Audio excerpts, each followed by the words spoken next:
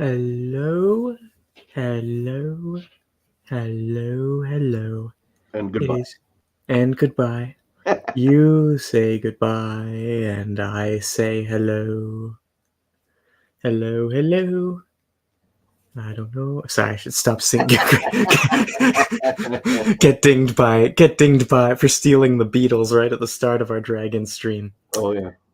All right. Hello, hello, hello. It is your good friend, Wild Philosopher, here once more to remind you that gnomes are real. And today we have a topic that is very near and dear and close to my heart, which is dragons. And especially tonight, we will be talking about why Puff the Magic Dragon and Ogden Nash's The Tale of Custard are not perversions of dragon lore, but are in fact consonant with the highest aims of the Western dragon tradition. We'll be going into dragons, we'll be looking at Western versus Eastern dragons and clearing up some very common misconceptions there. We'll be talking about what it means to fight a dragon and going beyond man versus dragon combat, and then we'll be talking about some of the symbolic associations to dragons in in global religion, folklore, and so on and so forth. All right. Anything you want to add on, Ryan? Nope. I think that about sums it up. Beautiful, beautiful, beautiful. So I think most of us have a vague idea of what a dragon is. At least if we've watched any, well, actually, some of us might have very weird notions of what dragons are if we've been watching certain TV shows. But let's assume we've been watching the right sort of stuff, like reading The Hobbit, or maybe not watching The Hobbit. We will be touching on Young Earth. Ruruni Phoenix asks, "Will you talk about dinosaurs as dragons in Young Earth creationism?" And the answer is yes. Near the end, so we're going to go over what is a dragon first, but near the end we will be talking about dinosaurs as dragons, Young Earth creationism. We'll also be talking about confusions between skeptics who think that dragons are meteorological phenomenon or a mythologized fear of hawks. But yeah, that'll probably be near the end, just unless we cover it throughout the meeting. But yeah, dragon. If I say the word, most of you get a fire-breathing lizard with wings. I think that's a pretty safe assumption. Yep. If you've been watching some Chinese, if you're a good fan, if you're a big fan of Zhanja or some other Chinese style of fantasy, you may have the Chinese dragon, which either sometimes they do have limbs, sometimes they have time, but they tend to be diminutive, like I guess if to use a dinosaur parallel like T-Rex. They typically do not have wings. And if you are really into your dragon lore going into this, you are probably familiar with the fact that earlier Greek, or the earliest dragons of Greek and Roman lore, had no limbs at all, or wings, but were rather simply giant serpents. So, Yes. Dragon, some sort of reptilian or serpentine entity. It often has features not conventionally attributable to serpents, such as fur. The mane of dragons is fairly traditional, and of course, the large bat's wings are hardly a feature of most reptiles. Breathes. Would you say I know that the noxious breath. It's all a dragon has always been associated with noxious breath. Would you Yeah. say the fire breathing is antique too, or is that a later? Um, I think that might be more medieval. Yeah. Usually it is typically like a noxious poison. some sort of similar, kind of like miasma. It's a noxious, unseen breath in the air, or air, bad air. But yeah, um, actually, now that I think about it, Leviathan in the Bible is said to breathe fire. So actually, maybe not. Oh, lit. Uh, it's a nice technical term there. Yeah, the Chinese dragons also tend to breathe noxious gases when provoked, and also to summon thunderstorms, which we'll be touching on again later when we deal with dragons and meteorological phenomena. Uh, in the West, they are heavily associated with chaos. Also in the East, but I'll get to that in a little bit. For the moment, we'll just accept the stereotypical benevolent Eastern dragon, nasty Western dragon distinction before I problematize that. Dragon is associated with chaos. The archetypal dragon myth goes. Yeah, so Patui, sorry, real quickly, Patui says the Egyptian Uraeus was a fire-breathing asp, but categorizing a Uraeus as a dragon is kind of dubious. Uh, Funnily enough, we will be talking about Uraei? Uraeuses? Uranuses. Uranuses. We'll be talking about whatever they're called, later on when we talk about Dragon's relationship to Chaos Conf motifs, because this is my main issue, actually, with the Chinese dragons are so benevolent argument. But yeah, dragons typically associated with chaos. The archetypal dragon myth is the people are vibing in their community, doing what ancient peasants do, and a massive dragon shows up, destroys the landscape, destroys the fields, maybe eats some people while it's at it, and then a brave knight shows up, fights it, and then actually usually dies. Yeah. that tends not to be recorded in modern day stories, but most medieval knight encounters, the knight does not survive his combat with the dragon. In some cases, he goes out seeking the dragon. That tends to be more. You see that everywhere, but I would say more stereotypically Norse. And sometimes they simply trip over the dragon. As in the most famous Roman dragon story, the Battle of the Dragon of Bagradas River, famously involved an entire legion fighting a Carthaginian dragon during the Punic Wars, which they successfully brought down with siege engines and a cavalry charge in what is true Roman dragon slaying fashion. It's a little stereotypical Roman moment there. Anything else you want to add on to the sort of description of dragons real quickly, Ryan? Yeah, well, it can vary by culture, but typically it's always described as reptilian. Yeah. It's always reptilian, serpentine or serpent adjacent. But like you've mentioned, it can have sort of added, or I guess you could say it has fantastical appendages too. Yeah. Such as, the wings. Various medieval writers ascribed several other features like combs, like roosters' combs, shaggy beards, ears, horny scales, the feet of roosters or griffins, beaks. And actually, there are actually manuscripts that do like list different types. One of them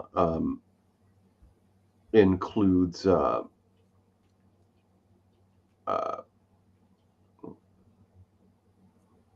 sorry. Here we go. Yeah, one of them includes Conrad Gessner's Schlagenbuch, which was written in 1589, and it depicts several different types of dragons, some that are winged with serpentine bodies, some that are what you might call more wyvern-like, some that are serpentine but with front paws. And you see actually similar descriptions in other cultures. Like for the Maori, there was the Taniwa, which was described as sort of a large reptilian creature, and it had 4 limbs, but it was, generally, you'd call it reptilian, and it was associated with water. There's a similar creature in Inuit folklore that resembled something like a crocodile or serpent, but it had 6 limbs and was also associated with water, and it was also very large. Yeah. Then you had also the horned serpent in North American folklore. That is a dragon.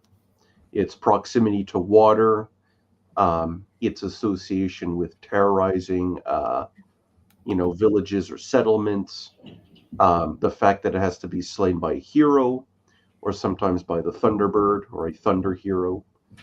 We will get back into that motif later on. That is a very important motif associated with the dragon, which is its slayer.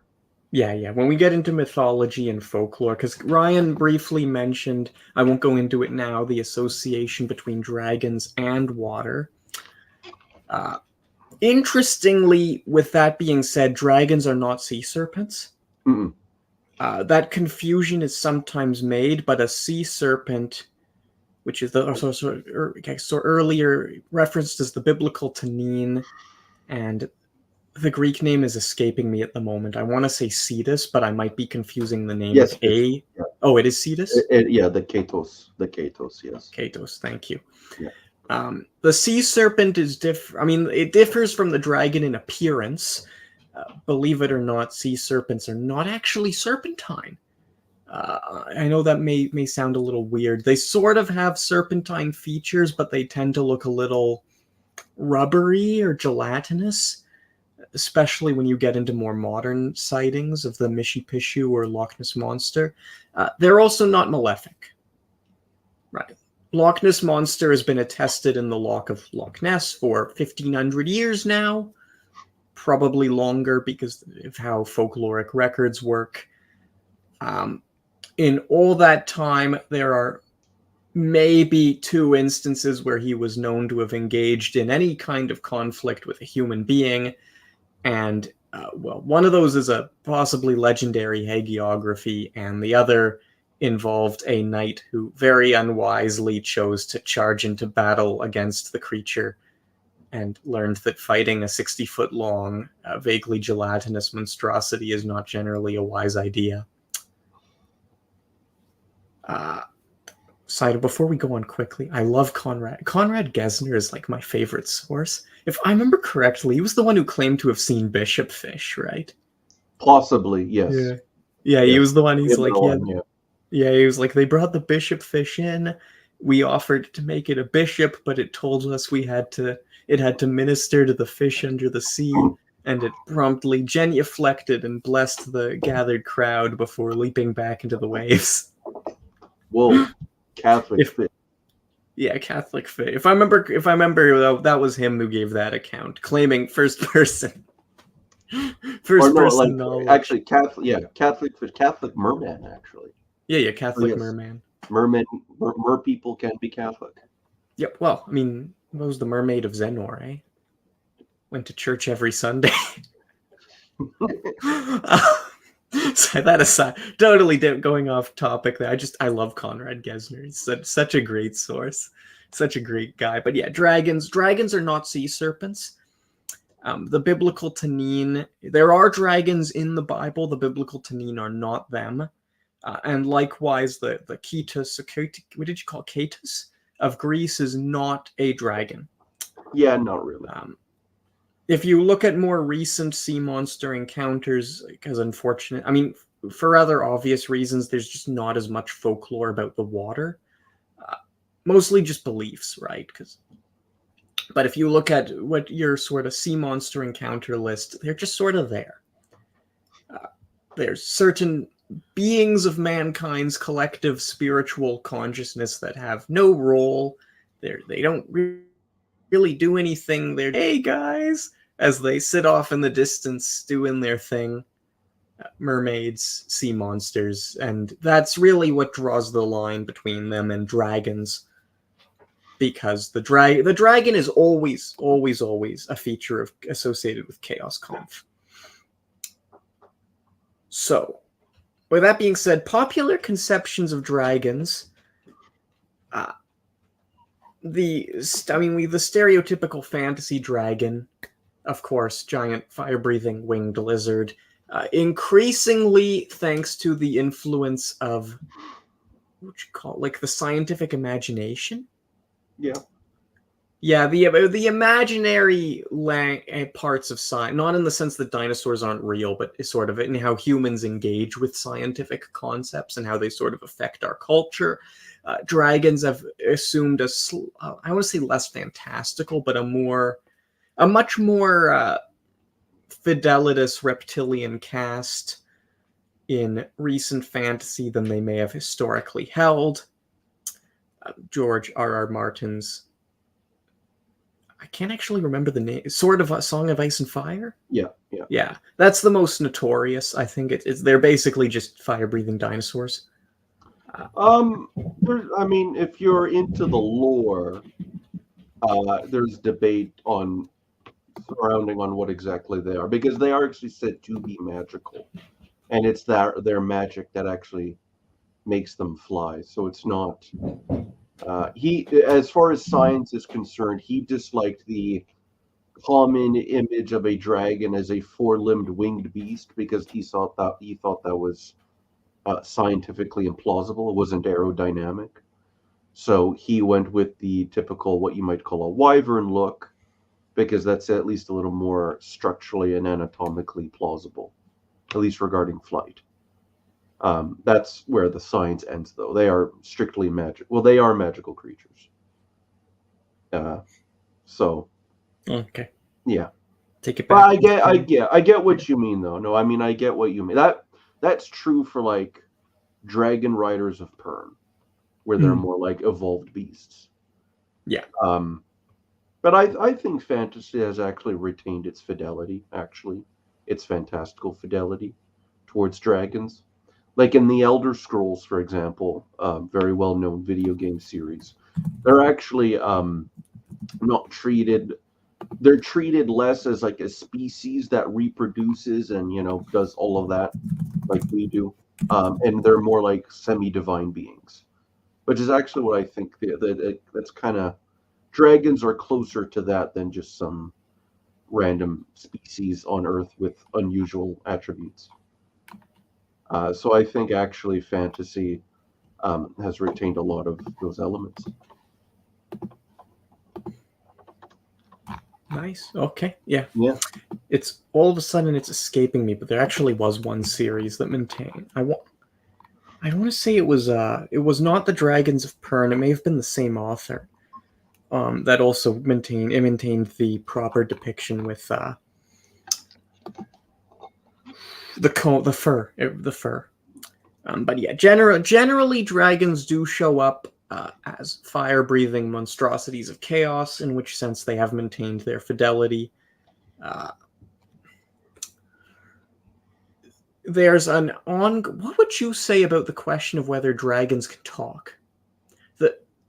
I've read it argued that the dragon of folklore should not actually be able to talk, and the cases where it does are mostly, would you call it, exceptional? The only time where I actually see it do that is if it can transform into a human. And even then, it's a bit ambiguous. I actually think you're right. Like, I've never... That is, yeah, it doesn't really talk. Yeah, I know that Ogden argued that the dragon doesn't really speak, especially since most of the ones where it turns into a human are more closer to works of literature than they are folklore. Yeah, like there's that famous Byzantine romance whose name I remembered until 5 seconds ago, where she's kidnapped by a dragon that can turn into a human. And Ogden points out, and I think he's pretty accurate, that in the Byzantine writings, and not just this one, dragons are basically just sort of treated as ogres. So they assume ogreish characteristics. The ogre just being a sort of cannibal giant in the Yeah. Western imagination, by definition,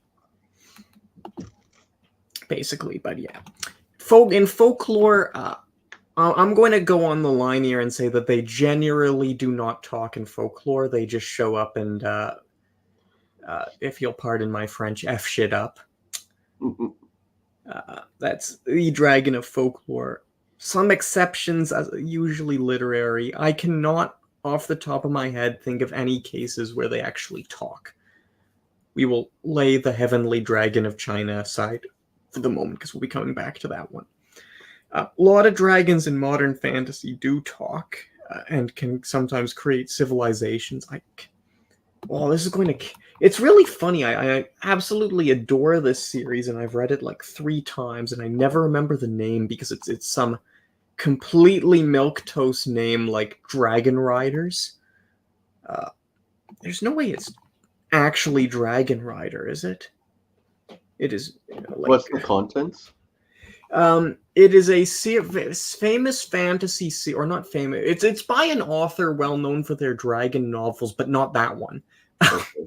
And it's about a future, a world of floating islands, where historically medieval knights fought on dragonback, and the advent of steam has automated knights and dragons out of jobs. Oh no! And it's this sort of impoverished dragon rider and his crew going off to settle a mystery, surrounded by political. It's a good book series, actually. This is going to. I can probably walk away and find the book because I actually own it, but this is. Oh, Dragon Brigade, Margaret Weiss's Dragon Brigade. Finally. So yeah, Weiss, best known for Dragon Lance. I actually prefer Dragon Brigade because it's a combination of like an absolutely amazing fantasy slash political intrigue done right, and one of the best instances of the I'm just going to shoot my way through your political intrigue plot. Good story, lots of expletives. Legend of Saint Columba.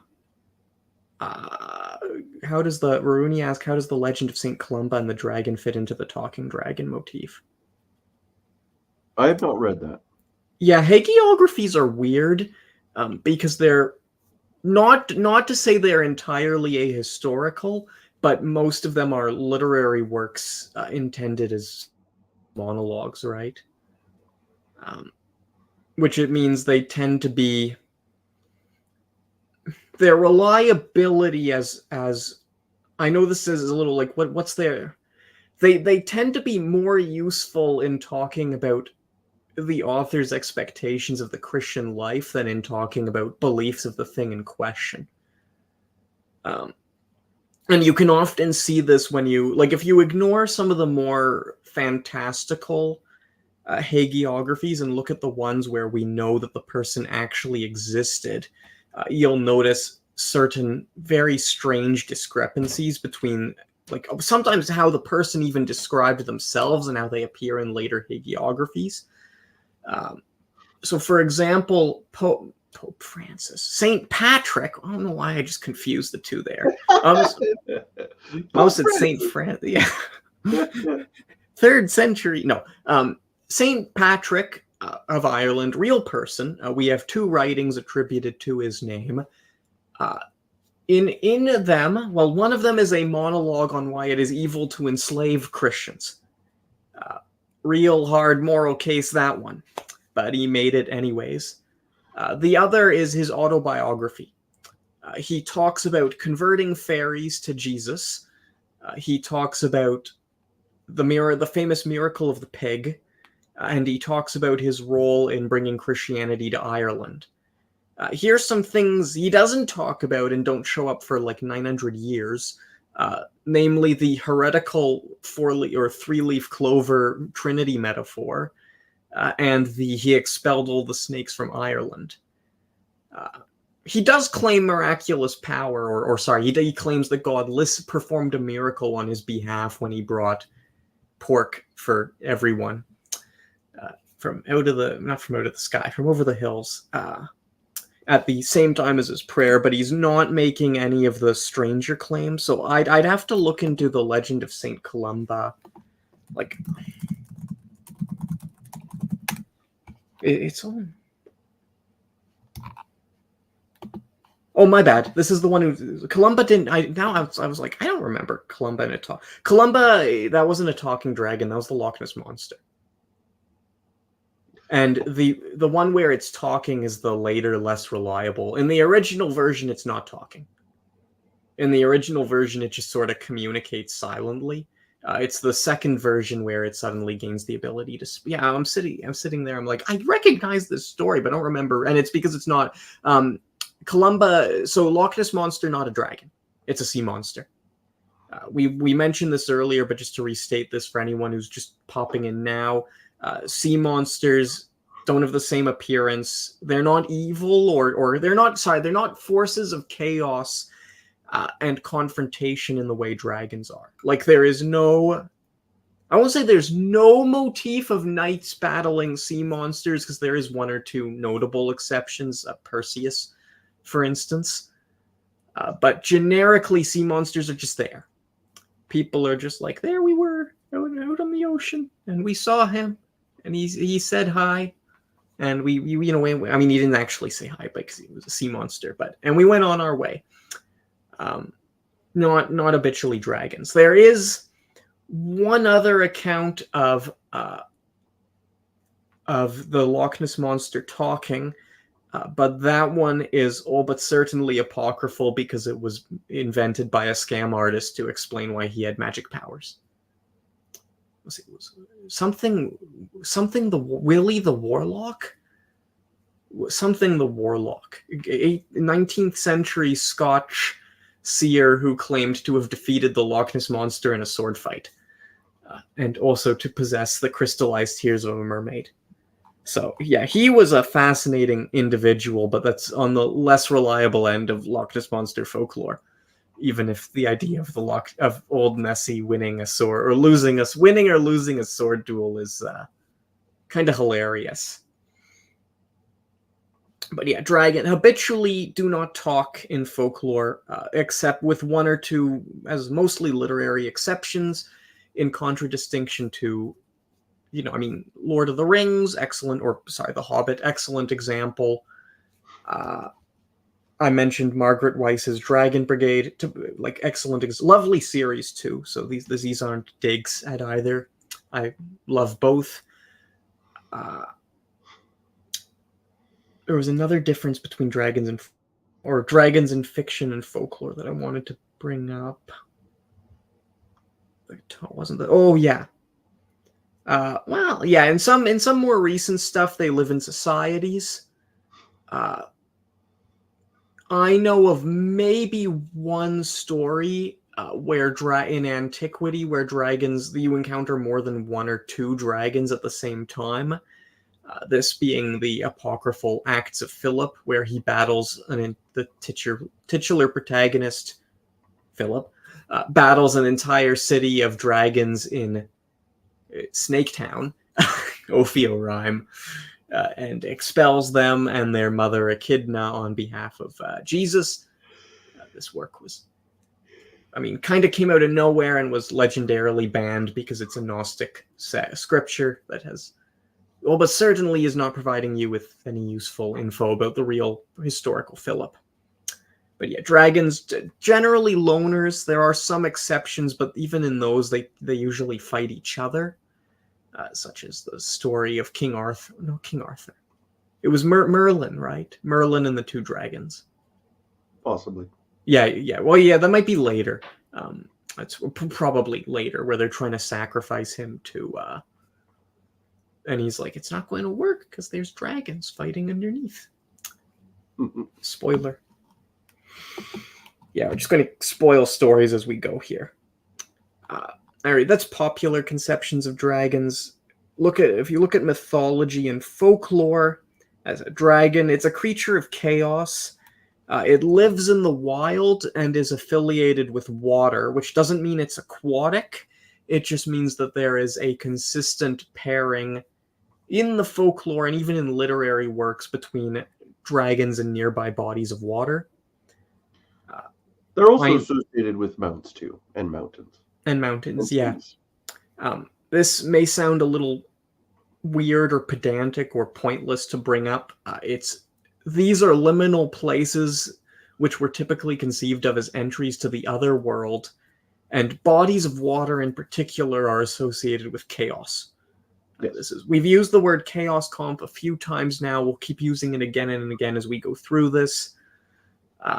The main reason dragons are associated with water is because water is a primordial image of chaos. Hmm. It does not take any profound imagination to figure out why the water is a primordial image of chaos. They tend to be associated with mountains. Mountains are sort of cosmic axis mundi, but it's mostly bodies of water, wilderness, and the typical laying aside the purely historical memories, which are I was walking through the woods and saw a dragon, which the I want to say actually I was about to say the last one I've seen was in the 19th century or early 20th century when dragons were seen in Sweden. There was a 19th pair of encounters in America, but now that I think about it, there have been a number of encounters coming out of Papua New Guinea and parts of South America in the last 50 years. Oh, cool. Yeah, it's just they don't tend to get talked about much because the creationists have their paws all over them, which is a real shame. But yeah, I want to say it's William Gibson. Missionaries and Monsters. Let me double check the name real quickly. No, it was a good thing I checked. It's not William Gibson. It's William J. Gibbons. I'm using this as a source. I will clarify that he is a firm creationist in the tradition of Ken Ham, who I think even dedicated the book to. And if I remember correctly, and let's just say there are some real howlers. Some real howlers in that book where he's trying to aggressively portmanteau both dragons and sea serpents into dinosaurs, which we'll, I guess, touch on a little bit later as a problem.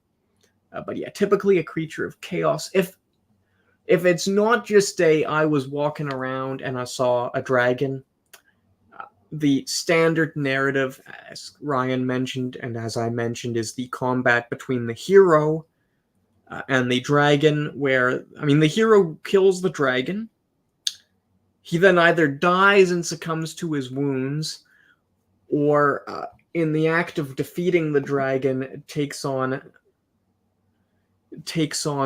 rulership, shall we say, or authority. Even if he does die, his descendants tend to cite that as their authority, which we'll get to this again, the relationship between dragon slaying and claims to authority.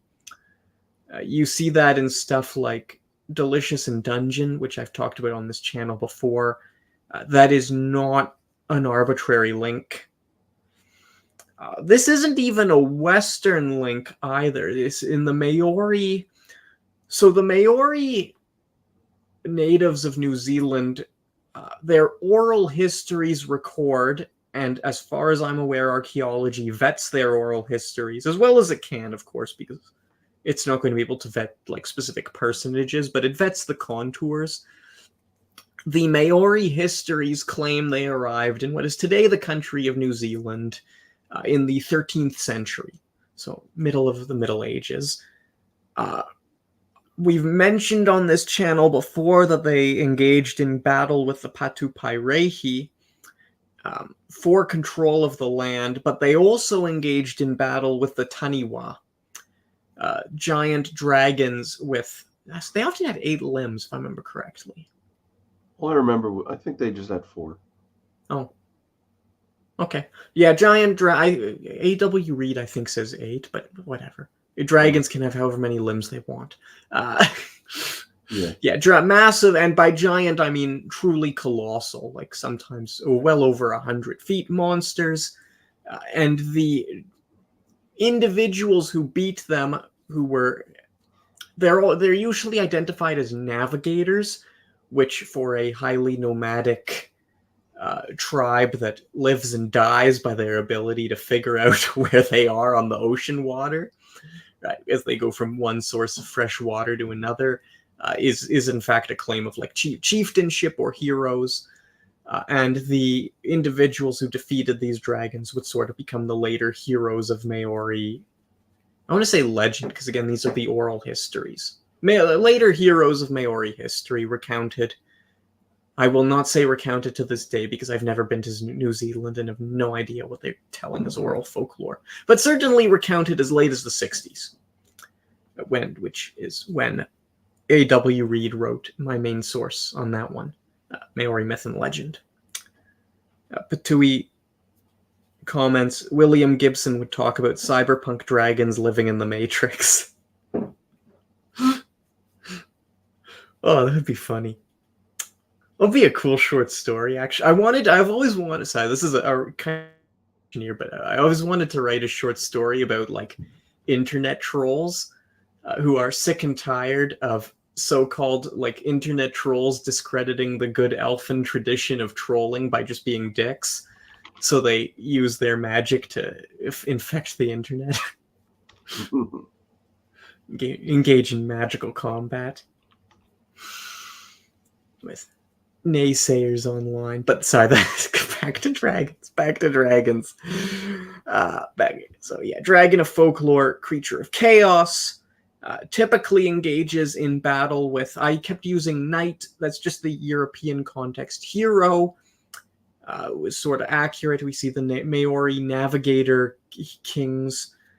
In China, its most important dragon slaying narrative is, well, there's actually a few because we have several different competing accounts of, I'll get to your comment in a second, Raruni. There have been several different competing accounts of the exact same story, which is the primordial conflict between I want to say it was Emperor Yao, not the Yellow Emperor, and the dragon Gong Gong. I probably mispronounced that. It's probably like I'm sorry, I don't know tones. Gong Gong, legendarily, he upset the pillars of the earth, causing a giant flood. This being the flood narrative of Chinese myth, the Chinese version of the global flood myth. In the Chinese story, the flood is ended by the actions of one of the sage kings, I want to say Shun, who uses his superior engineering skills to dam the waters, which is very Chinese. Very, very Chinese. It's like, yeah, no, he didn't destroy the planet. He just was super skilled at agriculture and engineering and using magic dirt. And the goddess Nuwa, who's sort of half serpentine, a not incidental feature, fixes the pillars of the earth but does not fix the alignment of the stars, a detail which is important for later Taoist uses of this myth, just to talk about context. At which point Gong Gong, there's several different stories about who kills him. In general, he is killed in battle with the god of storm and fire. F for Gong Gong. But yeah, Gong Gong dead. That's the most banned. But again, it's all the same traditional Chaos Conf motifs. And we've been using the word Chaos Conf without going into what it means. Would you want to... Actually, wait. So before we go into Chaos Conf, Raruni had a question. Have either of you heard of an alleged report from the Scottish government from the 17th century of dragon sightings? So sightings of okay. I'm going. If you're thinking of creationists, most of them are talking about sea monsters. Scotland and Ireland have very extensive traditions of monsters living in lochs. Like I've talked about the Loch Ness monster because he's the best attested and the one that people are most enthusiastic about collecting historical examples for. But most, or something like half of Scotland's lakes have sea monsters associated with them. Loch Lomond being the most famous example, and then you then have the I think it's called the I am going to bung. It's spelled Piaste in Ireland. I'm not even going to try to pronounce it. These are sea monsters. I won't say they're harmless, but I will say they're not certainly not associated with chaos. The last major dragon sighting I know of in Scotland was in 1520, when Scotland's, as the historians called it, last fire-breathing dragon fell in battle against Sir Fraser of Glenvachy.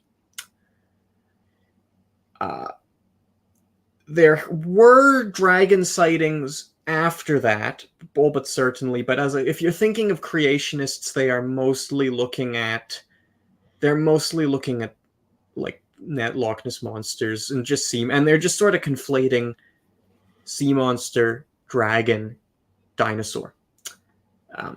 And to be clear here, we might do sea monsters at a later time, but the TLDR here, sea monsters cannot possibly be dinosaurs because they are gelatinous. Like all available folklore on the Loch Ness monster indicates that up close it does not have the solid body and bone structure of a plesiosaur. Right. It does things that no plesiosaur can possibly do. Another issue with thinking any of these things are dinosaurs, like even if you want to, is a lot of the lochs they live in are like you can walk around them in 5 minutes. Ted Holliday, who held some very weird views on the nature of the Loch Ness monster because he aggressively misunderstood it and thought he thought the Chaos Conf motif, which we'll get into in a moment, was space aliens versus demonic krakens. So as a historian, not quite reliable, but he was certainly present, and there's no reason to think he was that nuts. And plus, he tends to just give you other people's data. Some of the Irish sea monsters he tried to hunt down were living in like lochs that were less than 12 feet wide. And these are not like when the animals appeared, they were the same size as the loch, and people would dive in after them. It's the problem with the Loch Ness monster and related sea monster encounters is they will be seen by groups. You can touch them to some, like they are to some extent somatic or touchable. The reason I mentioned gelatinous is several individuals have attempted to use quicklime to capture Scottish lake monsters, and all they have ended up with is a stinking putrescent mess and no remnants of bones. Which is why I know it's really weird and does not make me sound all that rational to start talking about gelatinous monstrosities living in the water. I'm sorry, it's just the world's most consistent feature of the encounters. But yeah, like blown up several times, does not have, but can be tracked with sonar, but cannot possibly be living in some of the bodies of water people think it lives in. I think Loch Ness is big enough for creatures to be living there, which is, I think, why people fall into the mistake of thinking it can be dinosaurs. But most of Scotland's lochs are not that big. So I don't know if that answered. There are multiple reports from the Scottish government talking about dragon sightings. Let's be clear. And various historians and people who visited to Scotland. I don't quite know about the 17th century. I think that was when Sir Ewan Cameron claimed to have seen the Loch Ness monster climb out for a stroll while battling a horde of feral cats. I might have gotten the name wrong there. We might have, but this is in Roland H. Watson's The Water Horses of Loch Ness, which is an encounter of Kelpie and water bull lore in the centuries preceding the famous 1933 Spicer encounter. Um, that might have been 17th century, but that aside, and back to dragons. Uh, so we'll get into chaos conf motif. Chaos conf. Brian, do you want to really quickly give the rundown on what the chaos conf motif is? Sure. So chaos conf is sort of a scholarly term that was coined by 19th century German academics to refer to a type of mythical, religious, folkloric, ritualistic, it goes in all of those categories, motif that can be discerned in various, in fact, in almost every culture. Um, and what it is, the reason it's called and why it's called Chaos Conf is that it's usually and involves two characters pitted against each other. One, there's the proverbial dragon of chaos, typically associated with bodies of water, is a force of evil. Um, it's destructive, yada yada. And then there is a thunder god hero, um, or eagle, which is the enemy or arch nemesis of the serpent. And they duke it out. They fight. Sometimes this fight, the results leads into, like wild philosophers said, leads to kingship, or the assumption of authority. Sometimes the combatant, the hero, the storm god, dies. Sometimes, but he might also win, and not only is it authority, but also fertility that follows. The land becomes fertile, and it relates to the establishment of order. From And chaos. yes, from chaos. Yes. And so this theme, it's there are tons of examples to choose from. Um, Within Norse mythology, you have Thor versus Jormungandr, and you'll start to pick up. I'll pick up on this when we start listing things. Yeah. Thor versus Jormungandr, the world serpent. Yes. It appears twice in Norse mythology, or a couple of times. There's the eagle at the top of the world tree, the Yggdrasil. Its arch nemesis is Nidhogr, which is the serpent that lives at the roots of the world tree.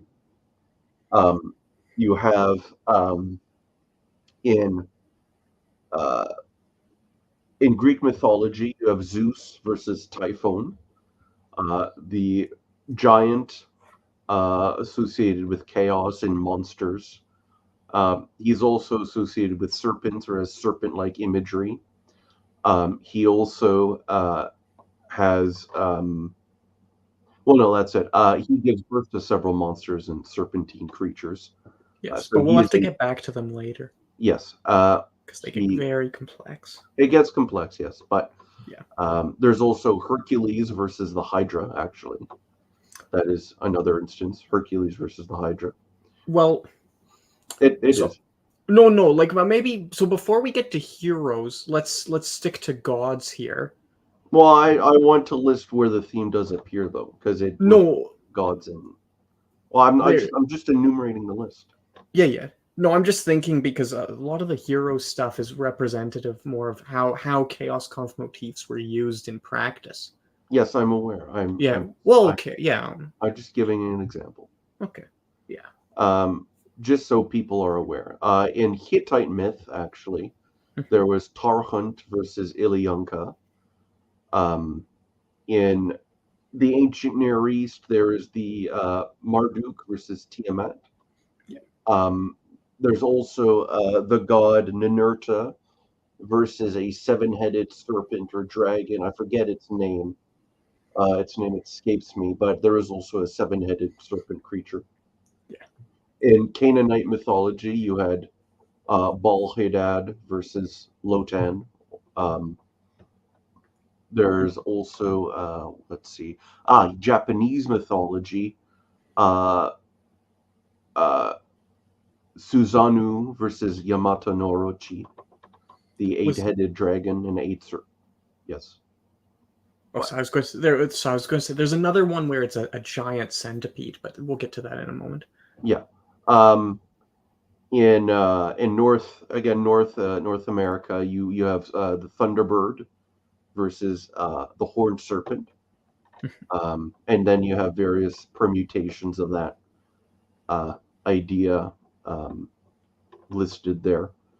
And it's also associated with their cosmology. You have what else? What else? Ron Apophis. Yes, Ra and Apophis. Yep, Ra and Apophis. Actually, in the Bible, Hashem is also the god of the Bible. Yes. Is also a serpent slayer who slays the serpent in the sea. And yeah, it appears worldwide, and it's quite permeates every culture. Yeah, I won't. Well, yeah, I won't. Maybe I won't say it's universal because I'm sure people will find like some mountainous region where nobody had ever heard of a snake. But it's about as universal a myth as you might possibly find in humanity, and as universal a motif. Those were mostly divine examples. As we will go over, it also becomes a sort of prototype for heroism as initiation, I should say. Ryan used Hercules. I think the most famous example might actually, or the most paradigmatic, might almost be Jason and the Argonauts, where they take like the fleece is hanging from the tree. Yeah. And but I guess you have Hercules. Well, you have Hercules and the Hydra. You also have Hercules and the Dragon of the Hesperides. Yes. And then you have Jason and the dragon guarding the golden fleece. Perseus versus the sea monster, which is the one weird outlier there, but it is sort of following the same set of motifs. I am blanking, but there are absolutely other examples in Greek myth that are relevant, and they are just flying out of my mind right at the moment. But yeah, and then sorry, we'll just keep going, and if we think of any other examples, we'll bring them up as we go. Yeah. This is the main mythic basis, and remembering here that myth means story and was not intended to provide, or not exclusively intended to provide ideologies in the way moderns sometimes think, but rather was intended to describe spiritual realities in language that could not be captured by plain diction. It should not surprise us all too much to see that this paradigm becomes embodied very practically in the lives of I cited heroes. We can also talk about a lot of shamans, magical healer / shamanic / whatever figures you might want to call them. Yeah, Polo versus Python. Thank you. Yeah, that one. Oh, yeah, I wanted to bring. Yeah. Yes. And then so the one I wanted to bring up was the snake giants that Gaia gives birth to. Yep.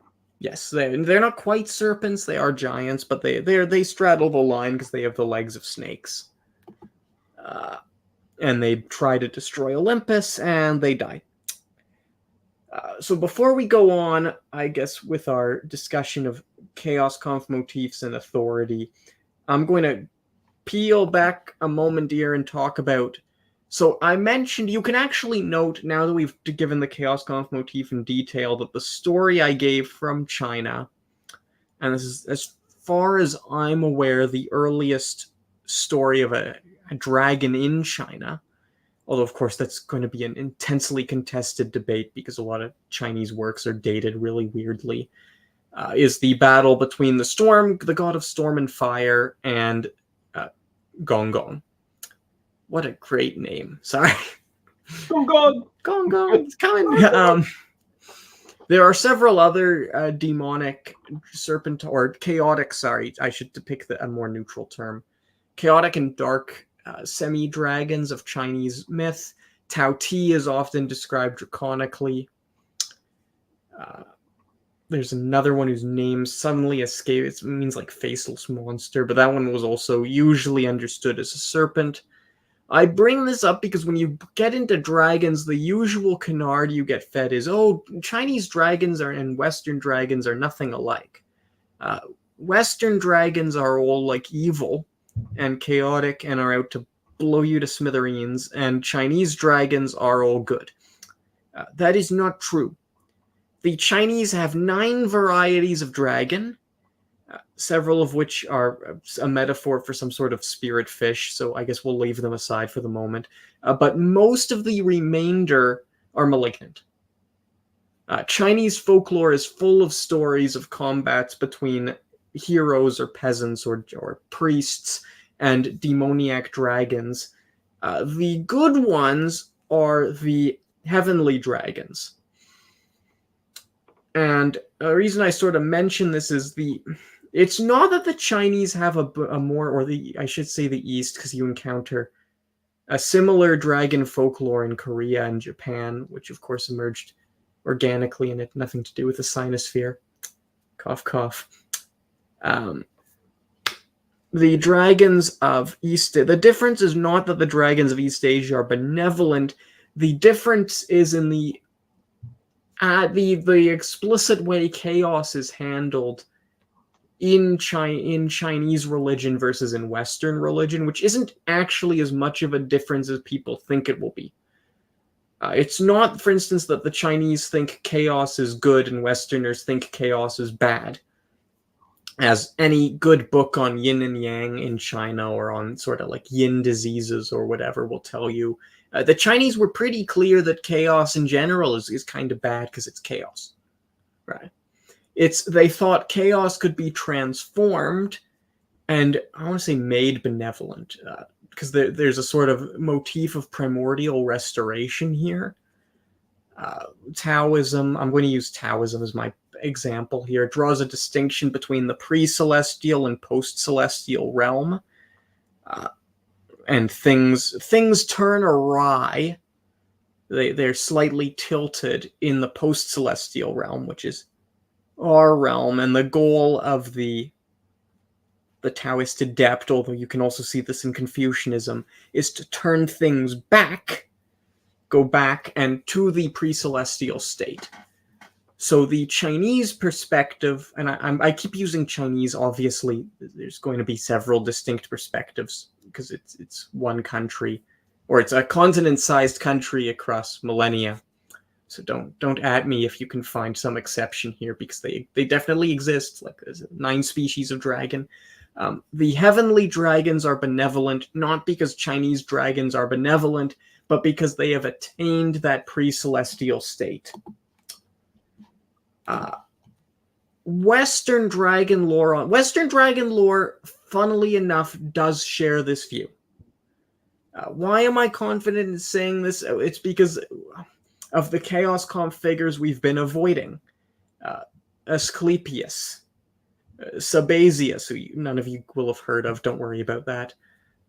Fairly major figure in his own time now, pretty obscure. Mithras, some of you may have heard, but you probably heard really weird nonsense about the dude. Moses. I'm not certain I want to include Jesus here. It depends on how you intend to exegete the Book of John. He might count, depending on your school of Christian exegesis, as I said. But Moses and really sort of the Bible in general is yes, the serpent is the image of the primordial chaos. But the Bible, underscores like that the serpent's fall is not how things were made, it's something that happens. Right? So again, not to say that the pre-celestial, post-celestial of Taoism is identical to the biblical fallen state, but there are what we call an emic parallel, so a internal parallel in terms of the apperception of the world before and after. And in our own fallen state, chaos is evil, right? It causes nightmares, it causes problems, it destroys things, and yet if you're familiar with your old ancient Near Eastern folklore, you were probably well aware of the story that the serpent was originally intended to be man's servant and his greatest guide. It's sometimes called guardian, the guardian of life and death in Jewish writings. And thus the myth you see in Asclepius, where the serpent sits at the foot of the man with the caduceus of healing, is I would say very much a biblical motif. I think the most explicit example of this is going to be Moses' combat with the pharaohs. So the pharaohs, as most of you should know, or we mentioned Ra and Apophis. Ryan, you might know your Ra and Apophis myth better than I do. All I know, well, probably not. Okay, maybe. Okay, I'll give the version then. Yeah, Ra. Every night, Ra drives his sunboat through the waters of the Duat, engaged in a battle with the primordial serpent Apophis, which he defeats. Each night, he defeats and kills it. At a certain point, he crosses paths with Osiris, bringing him back to life. This is sort of, I just mentioned this because this is important to Egyptian mummification, which weirdly enough is a type of chaos conf motif. I know that sounds really weird. It's just how the rite works out. And then Ra goes on. And each night, Ra does this again. He conquers and he defeats chaos. This is a paradigm for the pharaoh's role as royal authority. Right? I mentioned dragons. Dragon slaying, symbol of authority, not a universal, but pretty commonplace comparison. The pharaoh has order. The pharaoh is the one who orders Egypt and is the sort of pinnacle of order. He's the one who defeats the serpent, right? So why does God give Moses a stick and tell him to turn the stick and have the snake fight Pharaoh's snakes? In the book, like, what's the point of that particular? Because it's not like it convinces Pharaoh. Pharaoh he sort of watches and he's like, well, that was fascinating, and goes on oppressing the Israelites. The answer is going to be because they're not just having a dispute about whose snake is bigger, or buffer or whatever. They're having a dispute about which of the two is really in control of the reins of order and chaos. Right. The pharaoh claims to have defeated order, but when push comes to shove, he does not control the serpent. Right. The serpent is in Moses' control. It's in his staff. Or actually, I guess it's Aaron's because Moses doesn't want to hold it. But we'll put that aside for the moment. It's in his staff, and what's going on there is, in the biblical episode, God is informing Pharaoh that Pharaoh is mistaken in thinking that a deity has the ability to defeat chaos, because Ra he keeps having to kill the snake, but he's not successful. Whereas God is not simply, he hasn't simply killed the serpent. He has made it his, I will avoid using Gen Z slang here. He's made it his servant, as it were, and thus the serpent is loyal to God and not to Pharaoh. This is not the only instance where we see this particular biblical motif. Ezekiel uses a similar variant when he calls Pharaoh a serpent in Ezekiel, obviously implying that Pharaoh thinks he controls order, but he is actually the Lord of Darkness. No, he's actually a force of chaos. Obviously different pharaohs, but certainly they both claimed that solar imagery. Tale of Asclepius. Asclepius, we don't really see him defeating the snake. He's simply associated with the serpent as its ruler when he first walks onto the stage. Same with, tragically, all of our sources on the cult of Sabazius, which was exceedingly widespread religious association of late antiquity, where people engaged in underworld rites with giant serpents and proclaimed to have ascended glory. associated with Thracian warrior rites. Again, he shows up already as the controller of serpents. Mithras becomes the controller of serpents or master of serpents when he defeats the bull, which is another symbol of kingship and fertility in the ancient Near East.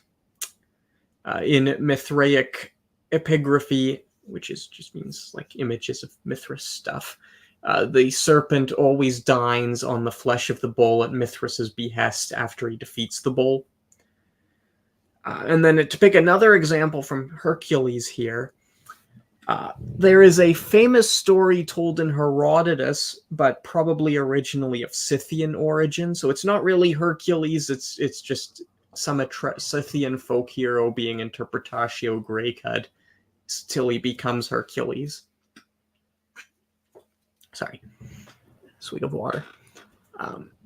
In the Scythian tale, there is a dragon woman, a kid, which Herodotus identifies as Echidna, but you'll have noticed I've mentioned a couple dragon lady, like top of a woman, bottom of a dragon, Nua being the most famous example, but there are actually several such Chinese divinities.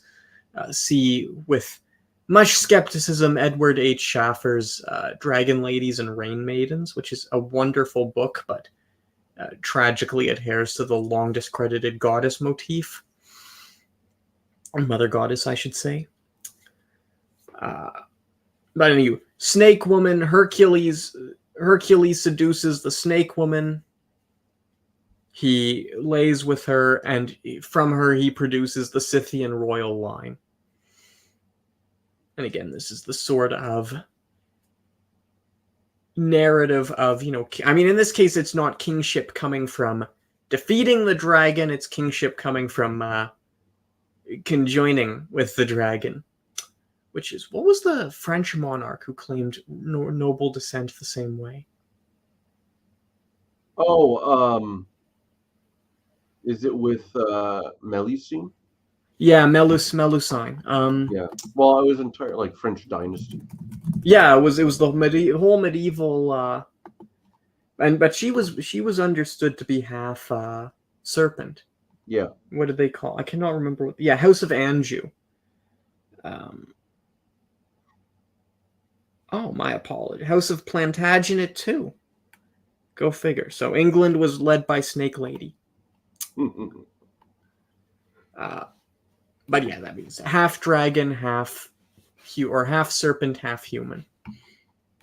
So,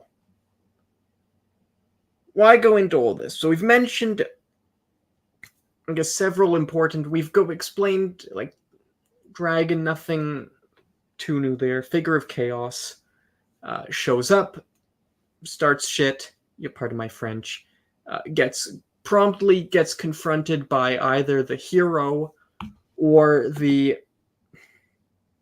I keep using shaman, which is obviously going to be a controversial term, the theurge or magician, the magically inclined combatant. So I guess where the hero swings his sword, the theurge acts for the blessings of the gods / god. The latter defeats the dragon.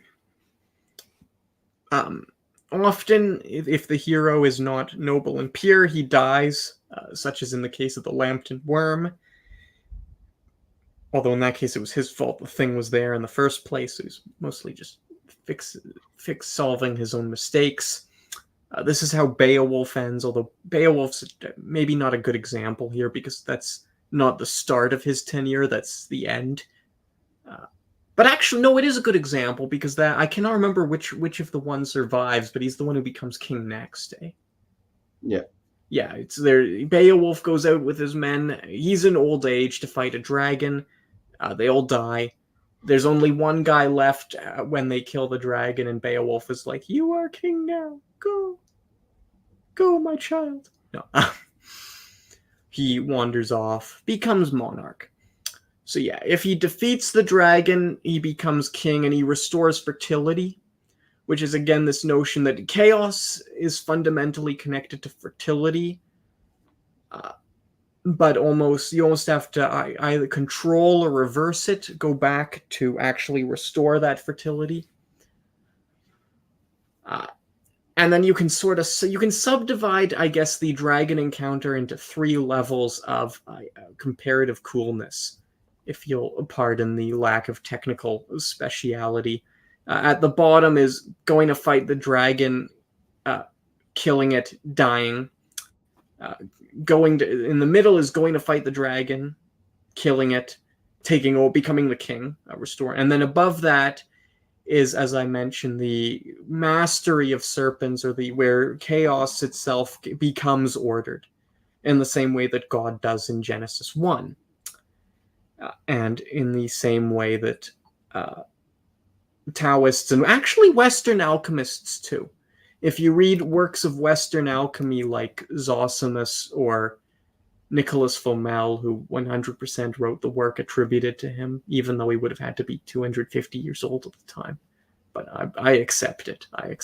Nicholas Flamel wrote that work. You see this, like, you have to destroy and reconstitute the dragon, and the reconstituted dragon is no longer the sort of harmful or malignant chaos, but chaos constrained within order for the production of fertility. This is a very important feature of alchemical practice in the West, also alchemical practice in the East, right? Dragons get associated with qi, and they get associated with, I guess, feng shui, which is qi, but outside your body. So, with that in mind, this leads some scholars, most notably Jacqueline Simpson, to argue that dragons were invented as a means of granting authority or claiming authority for lords/monarchs. I think she has it. Well, I don't think she has this backwards. It's not that dragons were invented to confer authority. It's that the notion of authority is interwoven with the notion of ordering or restitution from chaos. And because the dragon symbolizes this, it's in combat with the dragon that man attains order. Also, she just says all dragon encounters are mythical, which might work if they were all on a par with Heracles, but as we mentioned earlier, so quite a few have involved like multiple people going, oh, look, a dragon, as it walks. Sometimes it just walks by. Like, I know we've been talking mostly about chaos. There absolutely is a subsection of dragon folklore where it's just there. There's just dragons.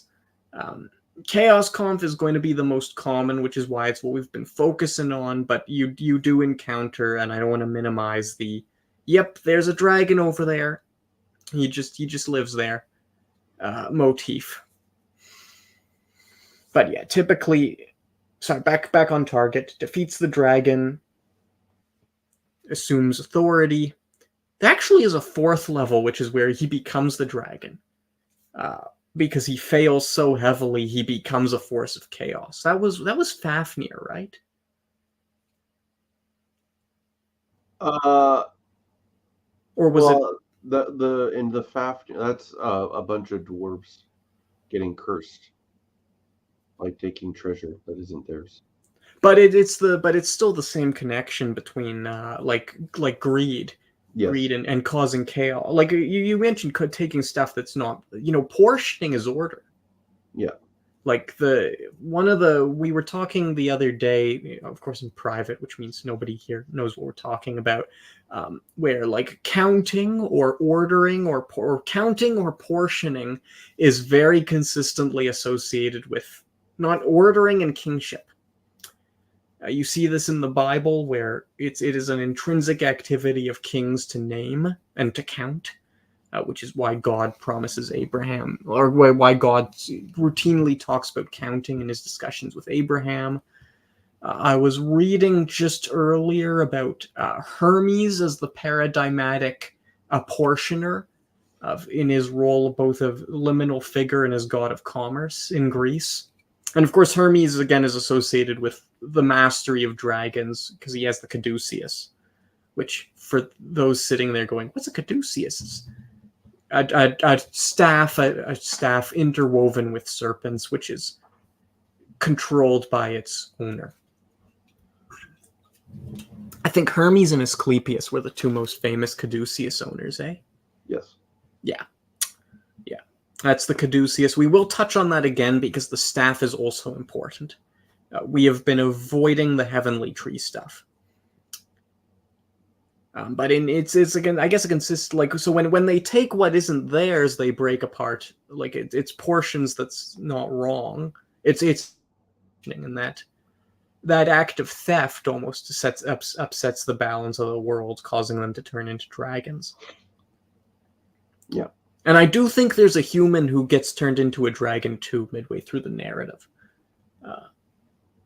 It has been, in spite of the fact that I used it as this image, it's been way too long since I read that particular saga. But yeah, transformation into a dragon in a negative sense is a very consistent feature of Greek religion, or not Greek, Norse.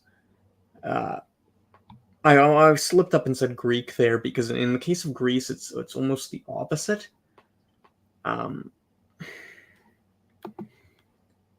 They're not really dragons, but you encounter heavily serpents consistently in the West. But Tui at 9:16 or so, about an hour ago, hour and 10 minutes, he mentioned the Uraeus of Egypt. That's the Egyptian dragon of kingship, right? Winged, fire-breathing. Not a dragon, in spite of some morphological features, because it's not a feature of chaos. It's not a figure of chaos. It's a figure of order and rulership through control of chaos. The biblical seraphim is the same. There is a reasonably good, if highly controversial, argument extending this to the Indian Naga, which I will not be making here because Naga lore is a hotly contested field.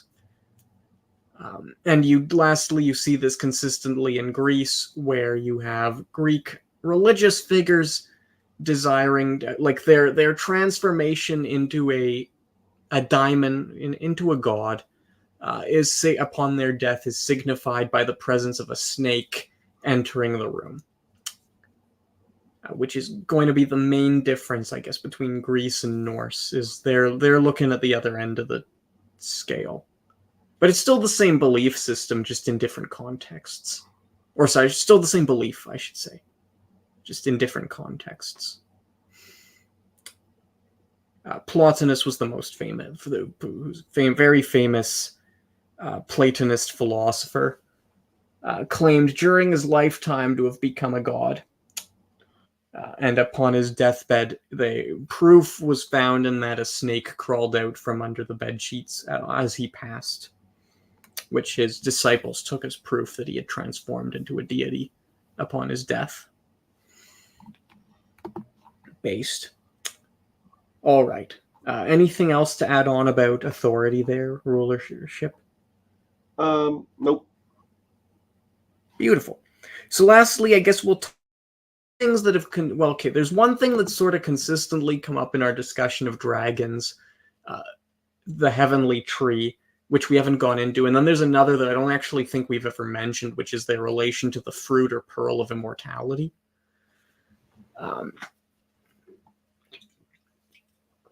You might have picked up on that when we talked about Heracles gets the apple of the Hesperides, Jason gets the golden fleece. These are both images of immortality and long life. Actually, in the case of Jason and the Argonauts, we know that was explicitly a sacred myth associated with the Orphikoi or Orphics. So that isn't even just a motif. That's how they were actually using it. The golden... Actually, I will refrain from a massive divergence into the golden fleece and the gold wings of Phanes, god of Orphism. But yeah, you have the peach of immortality in China. You have the fruit of the tree of life in the Bible, which man does not partake of because the snake keeps it from him by tricking him. you have in Greece. Greece, of course, is very rationalistic in most of its dragon lore. So it's there is a pearl of immortality in Greece, and then they're like, and here's its chemical properties. Uh, or here's me guessing as to its chemical properties to make this whole story more plausible. Any other pearl slash? Oh, actually, well, I guess there are the leaves. Hey, this is the story of the three leaves. Common folk tale where a man saves his loved ones by stealing leaves that bring people back from the dead from a serpent, which also sort of shows up in the Epic of Gilgamesh. Yeah. Which we've spoken about that on this channel before. You can look up our Nephilim video. So I'm not going to go, but suffice like Gilgamesh is found not worthy of the herbs of youth, so a snake eats them. And so you have this consistent connection in the sort of archetypal story. Like the hero confronts the dragon or serpent at the tree of life. So I shouldn't say tree of life because that's maybe too biblical. No, actually, they use tree of life as the scholarly name, right? Yeah, that is the scholarly name. Yeah. Yeah, that is the skull. Yeah, serpent confronts the hero at the tree of life. This shows up in the rites of Sabazius too. And this is what the caduceus is, right? It's a staff, it's a tree with the serpents interwoven around it. This is our earliest recovered caduceoi or whatever, our Sabazian examples, which are explicitly underworld staffs. So back on target. And the goal, or the hero wants to pluck the fruit of the tree of life. Right. So Jason is successful in this because he's able to put the dragon to sleep in the original story and steal the fruit. Or take the fruit. You have a lot of... I suddenly blanked on what I was about to talk about. I was either about to talk about the... Yeah, well, herbs of life consistently throughout the ancient Near East. Same in China, where you have serpents connected to the peach of immortality, sort of Chinese equivalent of the same. Oh yes, I was going to talk about the philosopher's stone. I mentioned in later works of Western alchemy, I cited explicitly Zosimus, 3rd century Egyptian alchemist, and Nicholas Flamel, who are, I want to say that they're probably the two most famous alchemists of the Western tradition. I could bring other examples here. This is a very consistent motif. You destroy and reconstitute the dragon, and this is an essential act of the production of the philosopher's stone, which I know academics like to dither about whether it gave you immortality, but most records we have from alchemists themselves say that's what they expected to get. Right, why does it give immortality? What did we say dragons are associated with? Fertility, yeah, fertility. So the dragon, it's this sort of in restoring chaos to its proper place, right? The whole act of apportioning. You basically invert the loss of life occasioned by the dragon, and this is intimately connected with the rebirth into immortality. And the reason I mentioned why I think this might be able to apply, maybe depending on one's exegesis, to Jesus, is in the Bible, the most explicit example of this is the bronze snake that Moses has march at the entry of the Israelite columns, which Jesus is compared to in the book of John, amongst other places. I think there's actually 2 or 3 instances where he's compared to the bronze serpent of life. And this serpent legendary, it chased off evil serpents and helped cure disease, according to the Bible, of course. But yeah, did you want to add anything? Did you want to add anything about dragons, trees, fruits of immortality? No, I think you summarized it pretty well. There's the golden apple of the Hesperides too. Yeah. And Greek myth, yes. Well, and Nidhogg, and we mentioned Norse myth. Yeah. I won't say in every example, but if you look at most, if you go back through this presentation and note down most of the myths we mentioned, obviously the political ones aside, but like look at the real myths, you will find this consistent network of traits. Right at a body of water, the hero encounters a dragon near a tree of life. Uh, the fruit of immortality, or the pearl or stone, however you want to conceptualize it, is either buried in or connected to or somehow present on that tree. Understood in a pretty broad sense here. And yes, you could pick Nidhogg. I cannot remember the name of the eagle you mentioned, but that would be another. Yeah, the Nidhogg and the eagle. This is an early native religion is a hotly contested field, but you find most of these in the Aztec faith, albeit with the usual Aztec funsies, and of course in China. Oh, and I want to say they're in India too. I know the Soma is connected. I think it's connected to dragons in the Rig Veda. Well, doesn't what's his face drink Soma before he goes to fight the dragon? Oh yes, thank you. Yes. But there's a couple other places where it gets connected to. More so in later Indian religion, thanks to all that stuff like Kundalini. But even the whole awaken the dragon and get it to coil up your spine. In the what you call sacred geography of the body, the spine is either the mountain or it's the axis mundi. It's either the cosmic or it's portrayed as a tree. Yeah, tree. Yeah. Or axis mundi or tree. Obviously in an Indian Asian context, not less so in the West, or at least not as we're going to get into today. So I think unless you have any more examples, I will refrain from providing some of the more hotly contested practical examples here, because I have mentioned that there have been people who have... Well, you can actually think, like, all religion aside, you can see how this really applies to heroism. Right? Yep. There's simply defeating the creature and establishing your own order, and then there's sort of becoming the ruler of creation, or sub-ruler, sorry, I should say. Or ruler of a region, right? Like the King Arthur, for instance.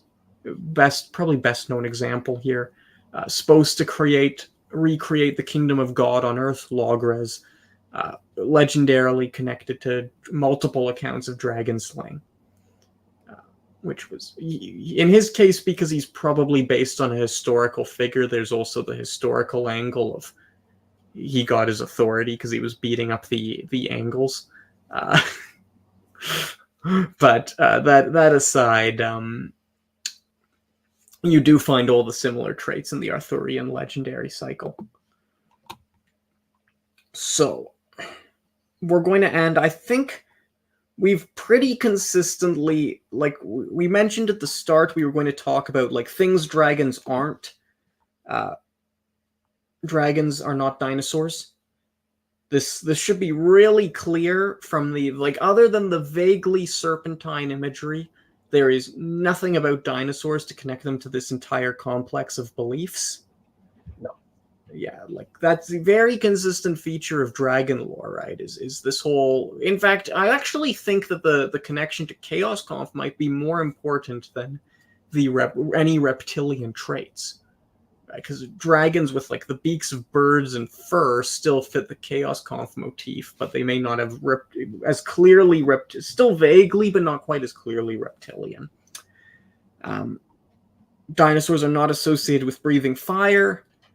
You do not gain authority by fighting a dinosaur, and there is frankly no reason to think any of this remotely applies to or was in any way involved with dragon lore. This is another wonderful example. I'm just going to be really rude here of how, in creationists' attempt to shore up the Bible, they actually make its spiritual message less profound. because an exceedingly poor, everything we were talking about here is intimately bound into soteriology and like the purpose of nature and creation, right? Yeah. God, like chaos is necessary in some sense for order to exist. But this doesn't mean that the harmful aspects of chaos are necessary. And the biblical sort of creation story is, or the story of the fall, sorry, is a story of how God planned for an orderly, chaotic cosmos, like a nice garden, basically. Not something monumentally controlled, but allowed to run wild with all the animals that live in gardens, such as, the Garden of Eden. Ends up collapsing and manifesting into either stultifying order or represented as Babel in the Bible, or manic chaos, sort of the generation of the flood. Not that they're especially associated with dragons, but at least provisionally. Sorry. Like this is a very consistent and sort of part of the act of redemption, the act of restoration of the world, is an act of restoring generation or creation or fertility, I should say. You see this in Corinthians. This was very important to medieval alchemists and to philosophers, like Christian philosophers like Hegel, who operated under the influence of alchemy, as they talked about how the redeemed man in Jesus properly orders nature. So he's not controlling it, he's not destroying it in some like Baconian scientistic sense of like world striding conqueror. He's ruling it, in I guess in the way Humbaba does. Right.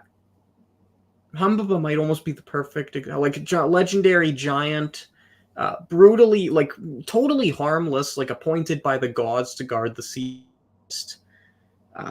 A recently discovered Sumerian tome indicates that he was he was enjoying the birds. So, like the forest he ruled over, on the one hand, it was ordered, like it was the forest of the gods lived there. On the other hand, there was still places for chaos within it, like the Sumerian Epic of Gilgamesh describes chirping beetles, it describes monkeys, it describes birds, and Humbaba is king ruling over this fantastic court with pleasure, and then Gilgamesh murders him for fame. See our Nephilim stream. This might be a better way to think about gardens. And then, like, creationists basically destroy all of this. It just becomes totally unintelligible because they want to talk about dinosaurs, which have, not that I don't like I loved dinosaurs when I was a kid. I still love dinosaurs. They have absolutely no soteriological importance. And Raruni commented, but wild philosopher, dinosaurs have a cavity in their heads. Maybe they had an organ that made them breathe fire because bombardier beetles. Maybe they did, but I think that's still missing the point, right? Why? It's not that dragons need to breathe fire because fire breathing is an important component. It's they need to cause chaos and destruction because they are sources of unresolved or uncontrolled chaos. That's the important part. It's not the question of whether they're breathing fire or poison or toxic ash or lightning. A lot of Chinese dragons can hurl lightning, as can some Western ones. Dragons are it's the symbolic motif of what the dragon is doing that is more important than the question of like whether it was breathing. I mean, even like some Greek stories have it shooting fire from its eyes or poison from its eyes, right? That fits the bill. It could fire it out its rear end so long as it fits the Chaos Conf motif. Could piss it out. Actually, there is a famous hagiography where which one was it where the dragon farts and then leaves after she calls on God? I don't know. Famous fourth century Christian dragon, like the dragon, which is in Christian hagiographies, the dragon is Satan. Dragon shows up, she calls on God. The dragon farts in her general direction and buggers off. I want that hagiography to be true for the sheer absurdity value, but tragically probably not, because it wasn't Martha. It was one of the M somethings, but probably mythical. Tragically, Yararuni exactly. It's the dinosaur argument is just. I can understand this from atheists because they're trying to find a way to get rid of dragons. But from monotheists, it's like I am getting rid of crucial elements of my theology. Or maybe not crucial, but cause it's not the dragon that's important per se. It's the symbolic notions involving chaos. Should also be clear: dragons are not meteorological phenomena. They get associated with meteorological phenomena because of the thunder god, actually.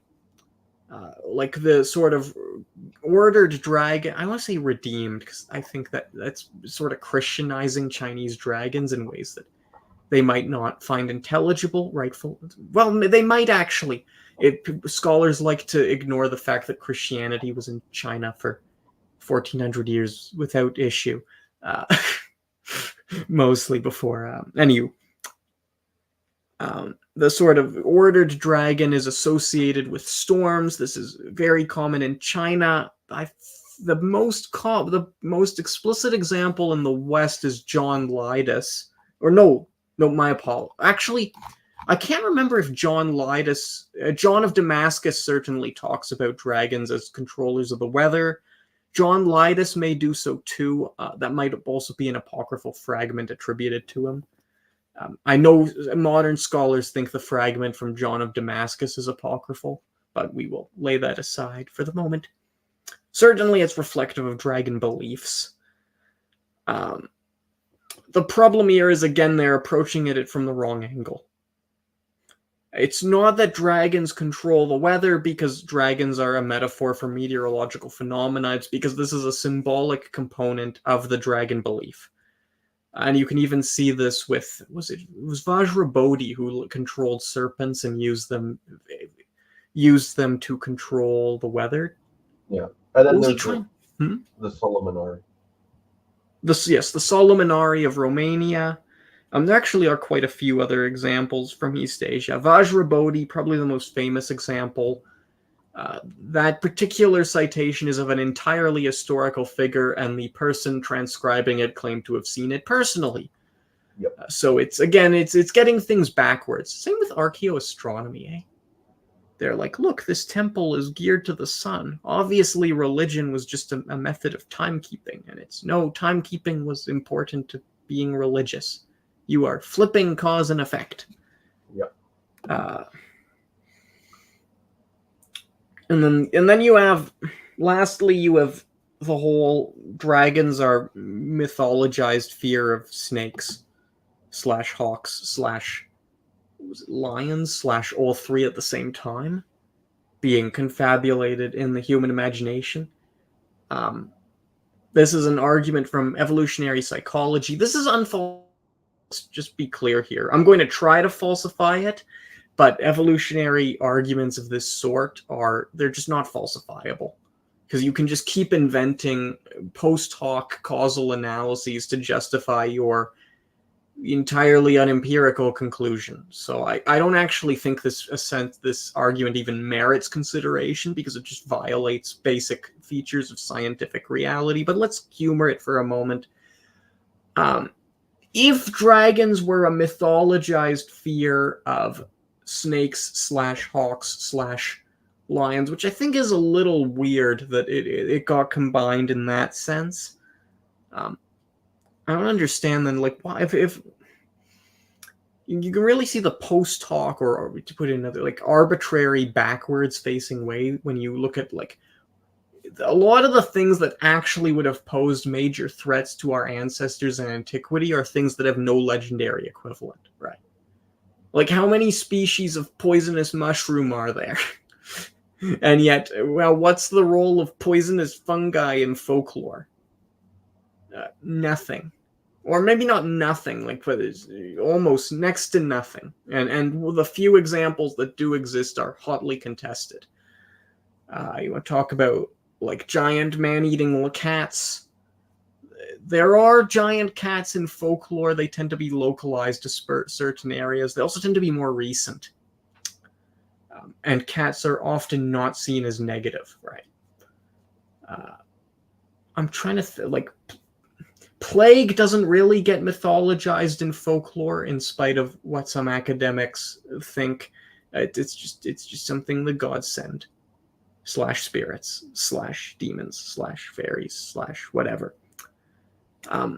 With that in mind, the symbolic complex underlying dragon lore would simply not exist if it were an evolutionary response, because the evolutionary response would simply be to describe it as evil, and there would be no essential considerations other than killing it. It would not be connected to the establishment of authority, for instance. It would not be connected to, and authority in some sense can be understood as like becoming fully human, like taking on the mantle you were meant to hold. It would not be associated, with the tree of life. It would not be associated with the fruit of immortality. Like, just all these things we have described would have no relation to dragons. Because, again, it would just be some weird hawk-snake hybrid you go fight. Yeah. It's... I don't know, do you have anything else you want to say about that, or? Yeah. I mean, for the same reason, they're also not based on fossils or misinterpretation of fossil evidence, Oh, yeah. which we will touch on perhaps next week, maybe the week after. Yeah. Well, week after next, I am out on work. Hopefully next week, if Chaos or Ryan can make it. Sorry about that.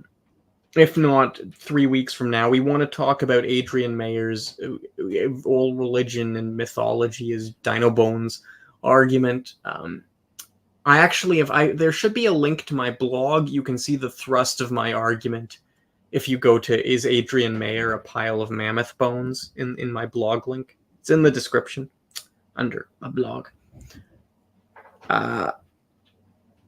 Yeah, there are possible uses of dino bones as dragons in China, but this comes hundreds of years after dragons were first described, and it's obvious they're applying the belief to the bones and not vice versa. Yeah.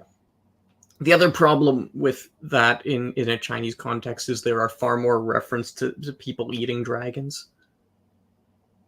The 3rd century Taoist sage Zhang Hua legendarily held that eating dragons cured hemorrhoids. Obviously, he's not talking about the heavenly dragons there. Marco Polo talked about witnessing a Jiao hunt, a Jiao being a type of harmful dragon, because they thought the dragons had medicinal properties. There's no religious, or as I won't say there's no religious meanings here, but they're tied in more to traditional Chinese medicine and its sort of metaphysical underpinnings rather than to any universal motifs. So. Ibn Fadlan actually describes meeting a dragon-like creature. Actual eyewitness.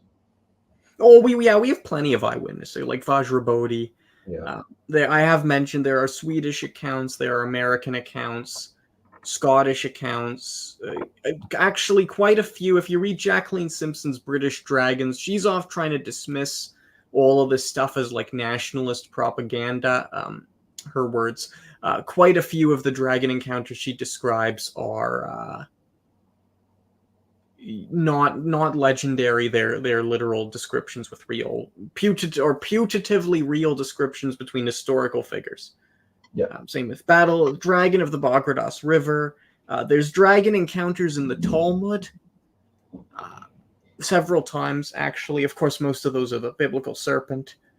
So, lots of Chinese dragon encounters. I want to say it was Li Po who famously, but that one wasn't a dragon. That was the Dragon Lady in the 8th century.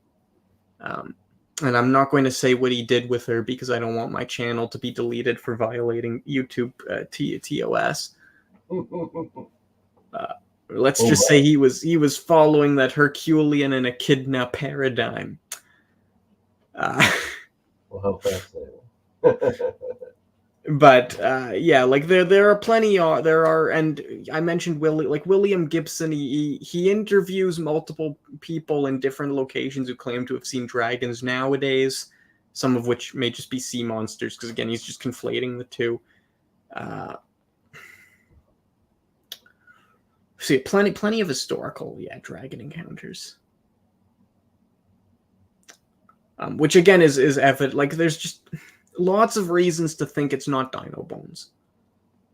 And that's also ignoring metaphysical dragon encounters, like in visions. Like Zosimus describes one. I want to say Michael Meyer describes encountering, like, he was a Christian alchemist of the 17th century. I may be mistaking him with someone else, but he talks about transformation into a phoenix, which is, again, the firebird or thunderbird, a very not so hidden metaphor for theosis, which is the sort of basis of his alchemical praxis. And I believe he talks about metaphysical snake encounters. Vaughan also, either Thomas Vaughan or Henry Vaughan had a same thing. You called the heavenly chaos or something. Tui asks, but do dragons have medicinal properties?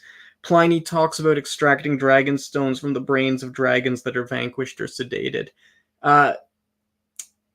So that is probably Pliny rationalizing the herb / stone of immortality. I hate to say it. It could be him trying to give a serious medicinal list. I heavily suspect that is Greek, or no, I guess he's wrong. Pliny was that Greco-Roman. Would you call? Yeah, you would call that euhemerism, Ryan? Eh? Maybe. Well, But maybe not. What would well, you like? Rationalizations? yeah, rationalization. Yeah. Yeah, rationalize. Like he's because again, if you look at Apuleius or Gilgamesh, or there's another early example that's more Greek that is tragically escaping my mind, where you do find fighting snakes is associated with herbs or stones of youth / rebirth / resurrection / immortality. I suspect Pliny is rationalizing that tradition. In his defense, he may also be talking about medical quackery. Like, there's always been I'm going to sell you dragon or mermaid or whatever parts business. It's possible that Pliny Pliny's, he says, that seems to track with Pliny's general patterns. He does similar rationalizations with every other imaginable rock on Earth. Yeah, him and Plutarch, and to a slightly lesser extent Lucian, because he's also in that tradition, but he thought religion was so ridiculous he just sort of preserved it fidelitously. Pliny and Plutarch are very aggressive rationalists. And much of what they say, it's not that it's false. Like, it is because they're not. If they gave you things that had no basis in reality, it wouldn't be a rationalization, right? Or no basis in belief. Sorry, I should say. It's that they are trying to restructure them to make them more compatible. Plutarch's Life of Theseus is another excellent example. We'll probably do a lecture on the correct understand, like Theseus and kingship, and the fact that the bull is not just a random bull is going to show up routinely when we do that, in contradistinction to Plutarch. But anything else you want to talk about, Ryan? Or I think that's good. Yeah, I think we covered, what is a dragon, why are dragons important, or at least the concepts underlying dragons. We covered things that are not dragons or are not excuses for dragons. It has been an absolute pleasure having you. Yeah, you can detect it in Pliny's Latin when he's being sarcastic or cynical. I'll have to take you at your word on that one because I've only read them in translation. With that in mind, thank you very much for joining us this wonderful evening. I hope to see you all on Sunday. Hound and I will be talking about deepfakes and the epistemic implications of deepfakes. So we'll be just doing an epistemology lecture with some topicality to modern inventions. And then hopefully next week we will talk about Adrian Mayer and the mythological or whether myths are dino bones. I've been Wild Philosopher. He has been Ryan Rose. If you enjoyed this lecture, please like, comment, subscribe, kiss it, send it to your family members, set up a private altar for it in your bedroom and give it glasses of milk. And have a truly wonderful evening. Good day. Yes, good night.